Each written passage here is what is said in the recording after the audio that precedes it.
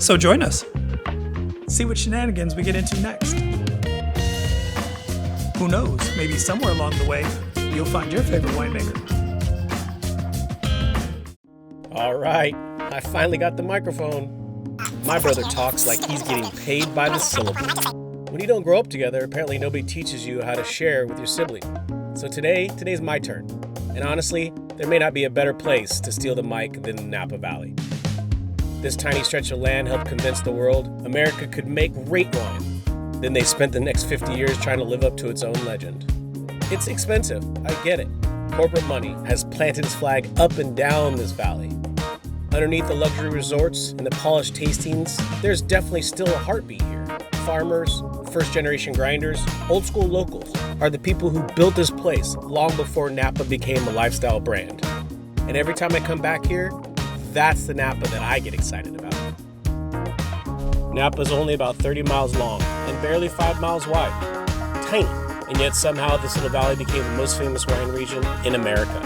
Globally, Napa makes a microscopic amount of wine. But reputation-wise, it swings way above its weight class.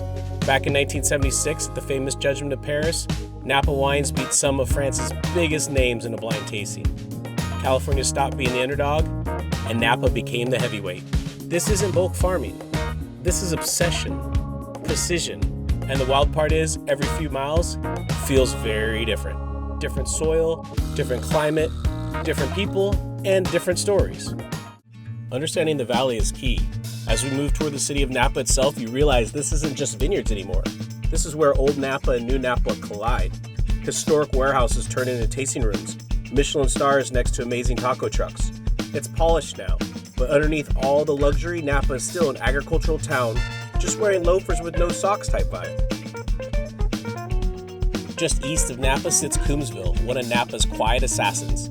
While Oakville and Rutherford fight for the spotlight, Coombsville stays cool, calm, and seriously underrated. Thanks to the cool bay air and volcanic soils from Mount George, the wines here ripen slowly. There's a bit of tension, freshness, and depth instead of just power. Oakville may be Napa's rock star, but Coombsville feels more like its jazz musician, and better the longer you sit with it. Now we start cruising up the Silverado Trail. First up, Knoll, where Napa finally loosens the Hermes belt a notch. Cool bay fog rolls in every morning like nature's air conditioning, slowing everything down and giving the wines bright acidity. Some of Napa's best Chardonnay and Merlot comes from this area. Knoll feels less polished Napa flex. Continue northeast towards the Stag's Leap district, where volcanic soils and dramatic rock formations create some of the valley's most distinct wines. And historically, this district became legendary after Stag's Leap wine won at the Judgment of Paris. The wines here often combine power and finesse, what I would call an iron fist and a velvet glove. Next stop, Yountville, tiny-ass town. This is culinary ground zero in Napa Valley, home to restaurants that helped redefine American fine dining. The French Laundry, Bouchon, Bottega. But long before tasting menus and wine pairings, this area thrived because of its ideal mid-valley climate. It's the kind of place where you can casually drink a $300 Cabernet at lunch and still somehow end up eating fried chicken later that night. Then comes Oakville. Now we're in heavyweight territory. At the Oakville Crossroads, you've got Screaming Eagle, Rudd Estate, Bond, and Oakville Ranch perched up above. Basically Park Place and Boardwalk with Cabernet vines. Deep gravel soils, stressed vines, ridiculously concentrated wines. Some of America's most collectible wines come from just a few square miles right here.